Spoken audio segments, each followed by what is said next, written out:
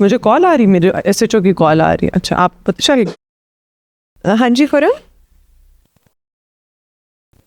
है किधर बंदा पकड़ लिया? Very good. मैं रुको, मैं आ रही हूँ, मैं आ रही हूँ। आप किधर हैं?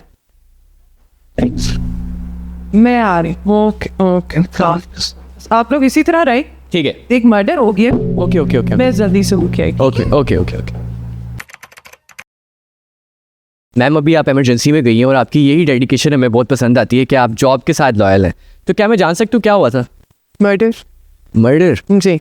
कहाँ पे, इसकी डिटेल थोड़ी सी डिफेंस फेज है, और जो डिफेंस हमारा पुलिस स्टेशन ए बनता है उसके अंदर के ब्लॉक के अंदर हुआ था। एक दोस्त ने आउट ऑफ फ्रस्ट्रेशन, क्योंकि उसने पैसे लिए हुए थे अपने किसी और दोस्त से, जब उसने पैसे वापस मांगे हैं तो गुस्से में आके प्लान तरीके से उसने अपने दोस्त को मार दिया और उसकी फैमिली को यरगमाल बनाए रखा।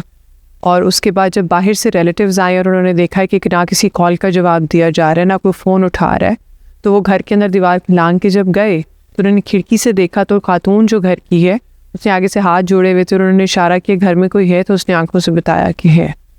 और वो फिर भाग के सीधा थाने गए।